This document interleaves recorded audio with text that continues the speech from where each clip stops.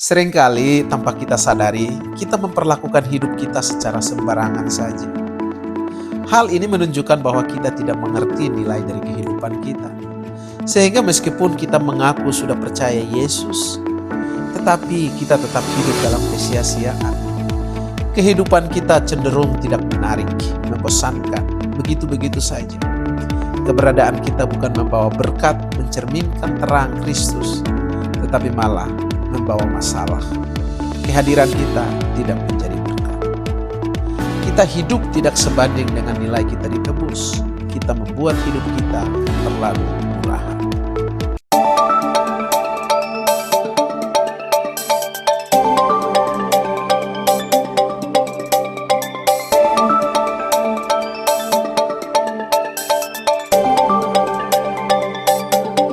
Hai, selamat hari Minggu. Selamat datang kembali di channel ini. Bulan Maret ini kita sedang membahas tema yang sangat penting dalam kehidupan kita, yaitu dosa. Kita sudah belajar bahwa dosa adalah pemisah kita dari Tuhan. Dan juga dosa merupakan penghalang yang membuat doa kita tidak didengar oleh Tuhan.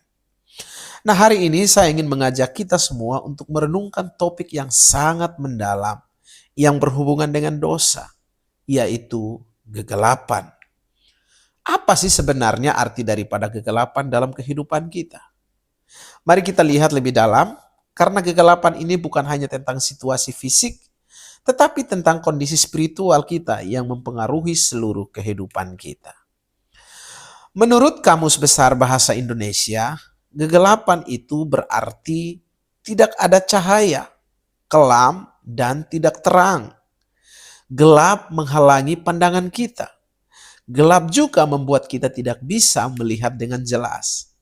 Bayangkan hidup kita tanpa terang. Kita terjebak dalam kegelapan, tidak bisa melihat arah, dan tidak tahu langkah apa yang harus kita ambil. Coba kalian pikirkan, suatu kali, tengah malam, lampu di rumah kalian padam. Dan kalian sedang ada dalam ruangan. Apa yang terjadi dengan pergerakan kalian? Kalian akan bingung, salah melangkah, bisa-bisa menabrak lemari atau menabrak meja yang ada di rumah kalian. Dan itulah gambaran tentang dosa. Ketika kita berada dalam dosa, kita tidak tahu kemana kita harus melangkah. Dan apakah kalian merasa seperti itu? Seperti ada yang menghalangi jalan hidup kalian. Nah, tahukah kalian bahwa dosa membuat hidup kita dalam kegelapan? Dan orang yang hidup dalam dosa akan mengalami hal-hal berikut ini, yaitu mereka tidak bisa melihat terang, ruang geraknya terbatas. Mereka tidak tahu kemana harus melangkah karena kegelapan itu telah membutakan mereka. Hati nuraninya telah tumpul, bahkan mereka tidak bisa membedakan mana kejahatan, mana yang bukan. Mana tangan kanan, mana yang tangan kiri. Karena hati nurani mereka telah gelap. Tidak heran kalau belakangan ini di negara kita mendengar bahwa korupsi sangat besar di negara kita. Kenapa sih orang melakukan itu?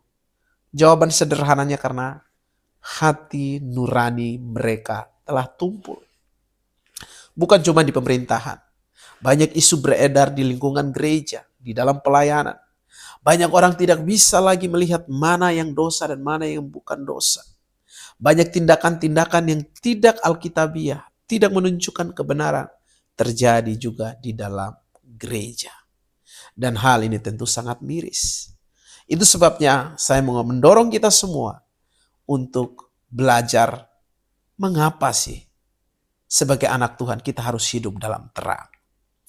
1 Yohanes pasal 2 ayat 11 berkata, tetapi orang yang membenci saudaranya berada dalam kegelapan. Ia berjalan dalam kegelapan dan tidak tahu kemana ia pergi. Sebab kegelapan itu membuat dia tidak bisa melihat. Sekali lagi, kegelapan itu membuat dia tidak bisa melihat. Jadi, dosa ini bukan hanya membuat kita jauh dari Tuhan, tetapi juga membuat kita hidup dalam kebingungan dan ketidakpastian. Bayangkan bagaimana beratnya hidup kita ketika kita tidak tahu arah yang benar, jalan mana yang harus kita pilih. Kita ada di dalam sebuah kegelapan yang menghambat perjalanan kita. Dan lebih miris, nurani kita tidak bisa lagi membedakan mana yang benar dan mana yang jahat. Kita patut bersyukur kepada Tuhan kita Yesus Kristus. 2000 tahun yang lalu, Tuhan Yesus datang untuk membawa kita keluar dari kegelapan itu. Dia datang untuk menebus kita dari kehidupan yang sia-sia, membawa kita kepada terang yang sejati. Terang yang memberikan harapan dan menunjukkan jalan yang benar. 1 Petrus pasal 1 ayat 18 dan 19. Mengingatkan kita bahwa kita telah ditebus bukan dengan perak atau emas, tetapi dengan darah Yesus yang sangat berharga. Tuhan menganggap saudara dan saya, kita ini sangat berharga. Itu sebabnya Yesus rela menebus kita dengan harga yang sangat mahal. Pernahkah kalian berpikir, kenapa Yesus mau menebus kita dengan harga yang sangat tinggi? Jawabannya adalah karena kita semua berharga di mata Tuhan. Kamu dan saya, kita semua adalah orang-orang yang berharga di mata Tuhan. Mengenai hal ini, Yesaya 43 ayatnya yang keempat berkata, Engkau berharga di mataku dan mulia, dan aku ini mengasihi engkau, kata Tuhan. Tapi bayangkan, seringkali, berulang kali, sadar maupun tidak sadar, kadang kita sendiri tidak menyadari betapa berharganya hidup kita. Saya dapati banyak orang Kristen yang meremehkan hidup mereka. Hidup sembarangan, bahkan menganggap hidup merasa tidak berarti. Padahal Tuhan sudah menebus kita dengan harga yang sangat tinggi. Dan harusnya kehidupan kita tidak murahan. Harusnya hidup kita adalah hidup yang mahal dan punya value yang tinggi. Kerap kali kita mendengar bahwa tidak sedikit daripada pernikahan dari pernikahan Kristen yang tidak mencerminkan karakter Kristus. Ada pasangan-pasangan yang mengkhianati kesetiaan mereka. Suami selingkuh, istri selingkuh, tidak lagi mencintai rumah tangga yang dibangun atas dasar janji di hadapan Tuhan dan jemaat. Di dalam kalangan anak-anak muda rela menukarkan masa depan mereka dengan hal-hal yang bersifat sementara, seperti narkoba, pesta pora, dan lain sebagainya. Kita harusnya sadar bahwa kita sudah ditebus. Sudah seharusnya kita hidup dalam terang dan memuliakan Tuhan. 1 Korintus pasal 6 ayat 20 berkata, karena kamu telah dibeli dan harganya sangat mahal. Sebab itu, muliakanlah Allah dengan tubuhmu. Sekali lagi, muliakanlah Allah dengan tubuhmu. Setiap pekerjaan yang dipercayakan kepada kita, kita harus mengerjakannya sebagai suatu persembahan yang memuliakan Tuhan. Bukan malah sembarangan saja bekerja. Setiap kepercayaan yang tanggung jawab yang sudah diberikan, baik itu di kantor, di tempat pelayanan gereja, kita harus mengerjakannya dengan baik, melakukannya dengan baik untuk kemuliaan Tuhan.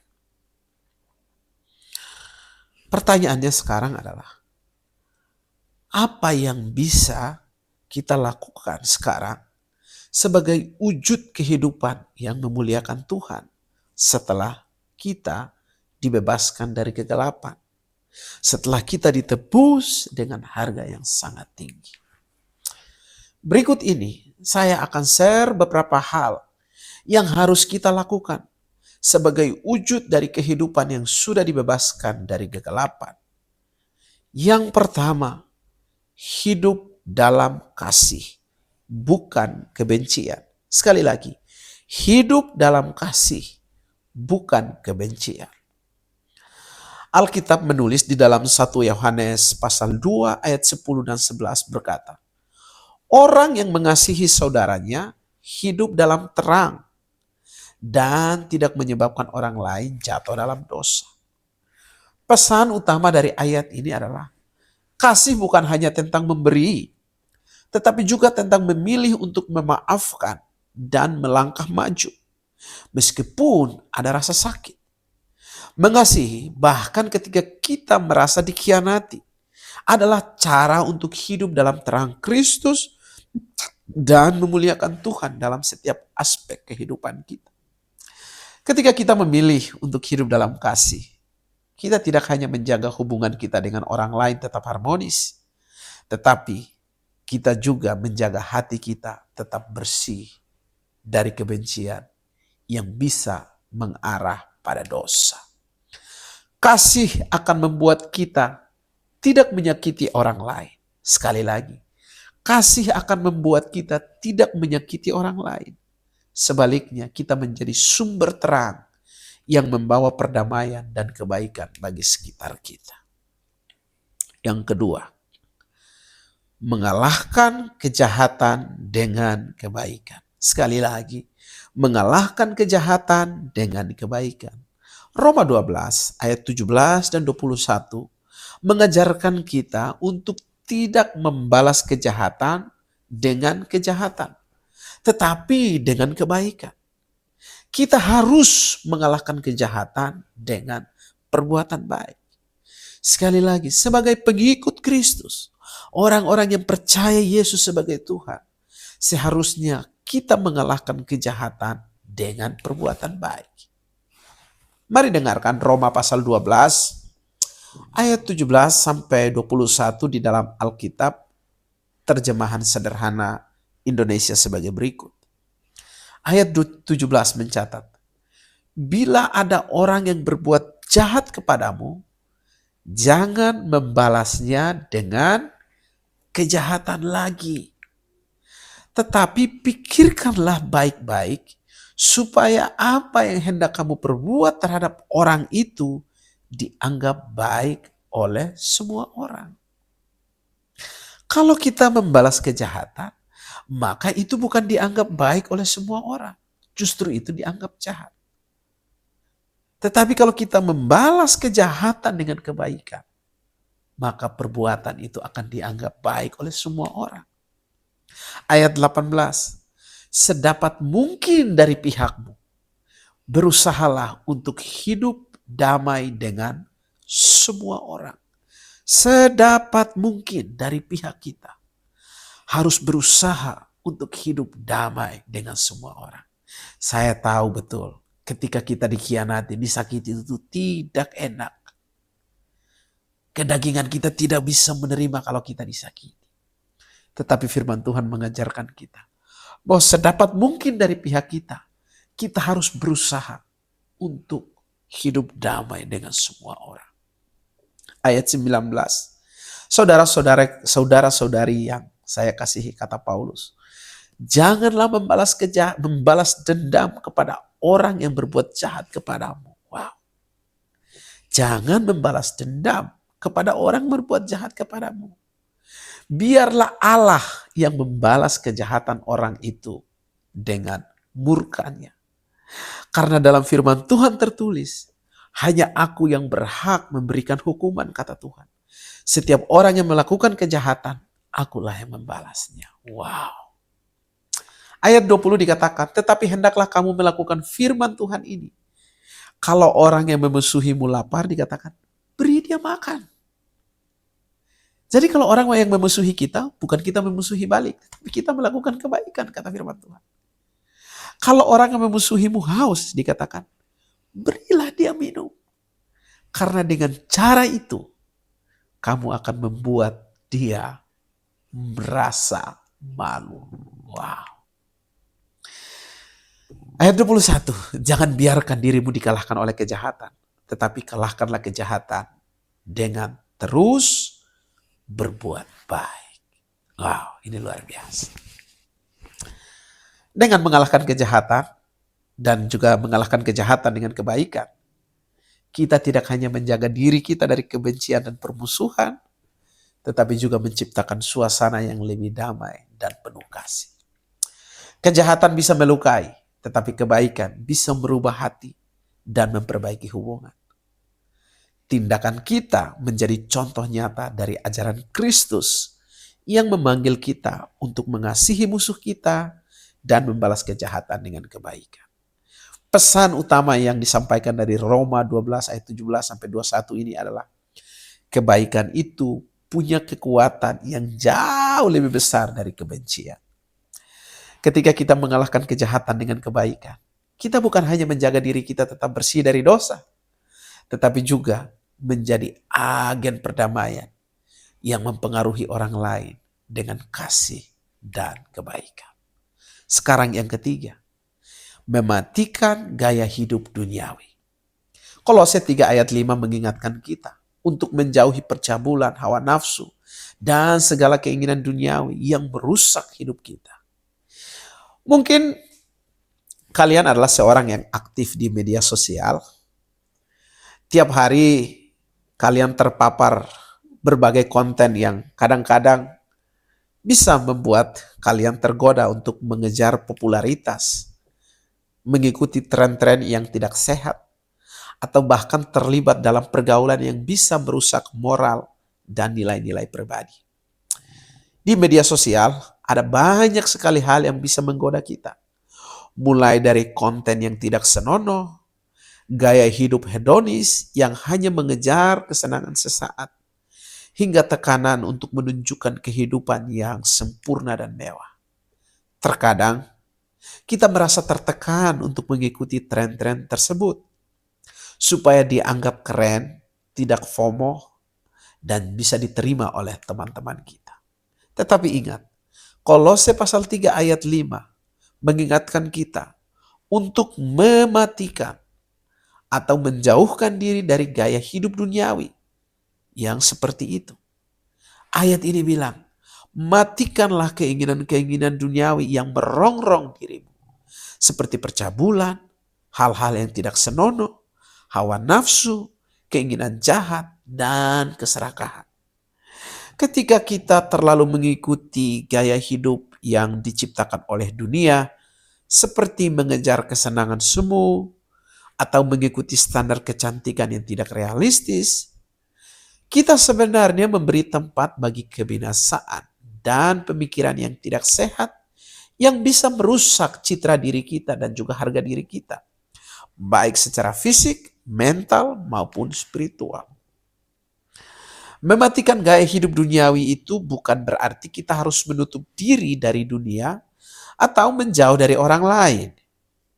Tetapi itu tentang menjaga hati kita agar tetap fokus pada apa yang benar dan membawa kita lebih dekat dengan Tuhan. Sekali lagi, saya ingin menegaskan ini. Mematikan gaya hidup duniawi itu bukan berarti kita harus menutup diri dari dunia atau menjauh dari orang-orang. Tetapi itu tentang menjaga hati kita agar tetap fokus pada apa yang benar dan membawa kita lebih dekat kepada Tuhan. Tuhan ingin kita hidup dengan integritas, menghindari segala bentuk dosa yang bisa merusak kita, dan mencari sukacita dalam hal-hal yang benar-benar bernilai dalam kehidupan kita. Pesan yang ingin disampaikan di sini adalah mematikan gaya hidup duniawi. Berarti kita membuat keputusan untuk hidup dengan tujuan yang lebih tinggi, menjaga standar moral yang sehat, dan memprioritaskan nilai-nilai kekal yang ada di dalam firman Tuhan. Kita dipanggil untuk hidup dengan cara yang mencerminkan kasih dan integritas, bukan mengikuti arus dunia yang sementara. Ketika kita menjauh dari gaya hidup duniawi dan godaan yang merusak, kita memberi ruang bagi Tuhan untuk bekerja dalam kehidupan kita. Kita menjadi lebih kuat dalam iman dan lebih fokus pada apa yang benar-benar penting, memuliakan Tuhan dalam setiap aspek kehidupan kita. Yang keempat adalah membuang sikap duniawi. Kolose pasal 3 ayat 8 dan 9 mengajarkan kita untuk tidak lagi marah, mengamuk, atau berperasaan benci. Dan jangan biarkan perkataan kotor keluar dari mulut kita, tetapi hidup dengan perkataan yang membangun. Misalnya, kamu bekerja di sebuah kantor dan suatu hari terjadi konflik antara kamu dan rekan kerjamu. Mungkin ada salah paham atau perbedaan pendapat yang membuat kamu merasa marah dan frustasi. Dalam situasi seperti itu, sangat mudah untuk terbawa emosi dan mengucapkan perkataan yang kasar dan kotor, atau bahkan mengamuk dan menunjukkan sikap benci terhadap orang tersebut. Perkataan yang keluar bisa saja menyakiti hati orang lain dan merusak hubungan kerja. Tetapi Kolose 3 ayat 8 dan 10 ini mengingatkan kita untuk membuang sikap duniawi, yaitu marah, mengamuk, atau perasaan benci. Firman Tuhan berkata, tetapi sekarang hendaklah kalian membuang hal-hal yang jahat dari dirimu. Jangan lagi marah atau mengamuk atau mempunyai perasaan benci terhadap orang lain. Jangan sekali-kali keluar dari mulutmu perkataan-perkataan caci maki atau perkataan yang kotor. Nah, apa yang bisa dilakukan dalam situasi seperti ini? Alih-alih marah dan mengeluarkan kata-kata kasar, kita bisa memilih untuk merespon dengan cara yang lebih tenang dan bijak. Mungkin berikut ini beberapa langkah yang bisa kita ambil, yaitu mengambil waktu sejenak untuk menenangkan diri. Ketika marah mulai muncul, kita bisa mengambil beberapa detik untuk menarik napas. Menarik napas dalam-dalam dan berpikir sebelum berbicara. Nah, hal ini akan mencegah perkataan yang kasar atau yang menyakiti orang keluar dari mulut kita. Beberapa tahun yang lalu, bahkan beberapa bulan yang lalu, saya bergumul dengan masalah ini. Saya tidak bisa menahan diri saya terlalu lama terhadap hal-hal yang tidak menyenangkan saya atau yang menyakiti saya. Saya selalu merespon dengan amarah, bahkan beberapa kali hampir berkelahi dengan orang. Tetapi ketika saya merenungkan kebenaran ini kembali, mengajarkan saya untuk mengambil waktu sejenak dan menenangkan diri. Ketika mulai marah muncul, yang bisa saya lakukan adalah mengambil beberapa detik untuk menarik napas dalam-dalam dan berpikir sebelum berbicara. Mencoba menenangkan diri, dan itu tidaklah mudah. Tetapi atas pertolongan Tuhan, saya bisa melewati ini. Kadang up and down, tetapi Roh Kudus selalu mengingatkan saya bahwa kamu adalah anak Tuhan. Kamu harus mencerminkan kasih melalui setiap perilaku dan tindakan.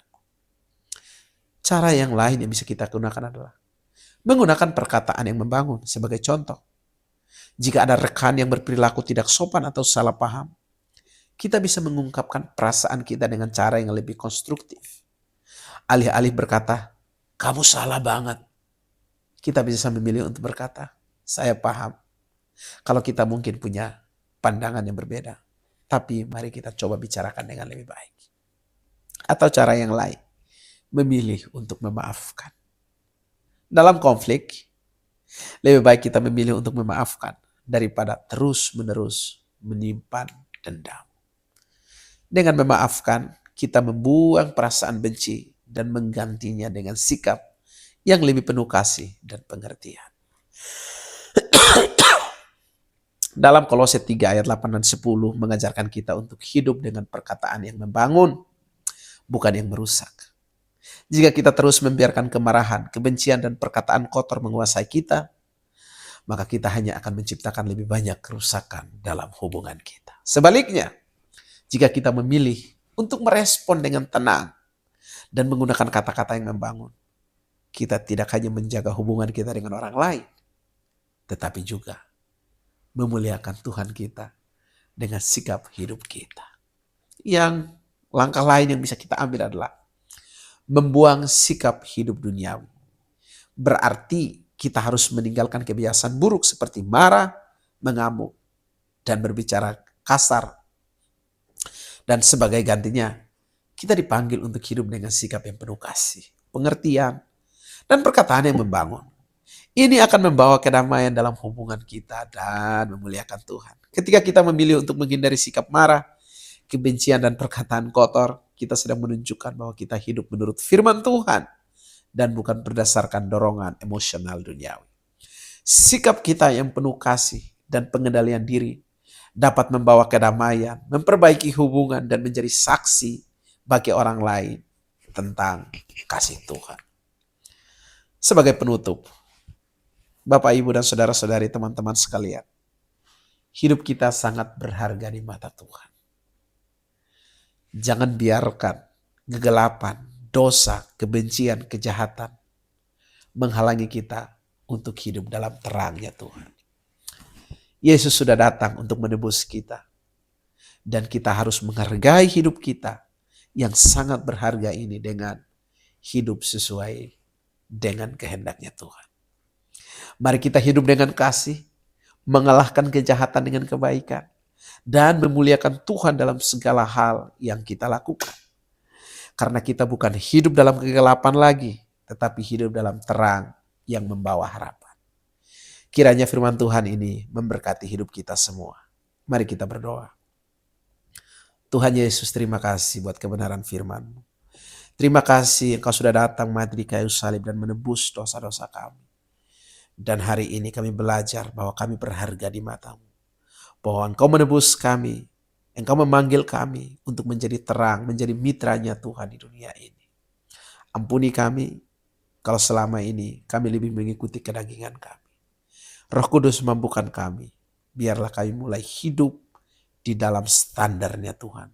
Mengikuti nilainya Tuhan. Mengerti bahwa kami adalah orang-orang yang berharga. Kami ditebus dengan harga yang mahal. Dan sadarkan kami untuk tidak menjalani hidup dengan hidup yang murahan. Dalam nama Yesus kami berdoa. Amin. Tuhan Yesus memberkati kalian semua. Jangan lupa like, komen, dan subscribe untuk mendengarkan khotbah-khotbah yang memberkati setiap minggunya. Tuhan memberkati.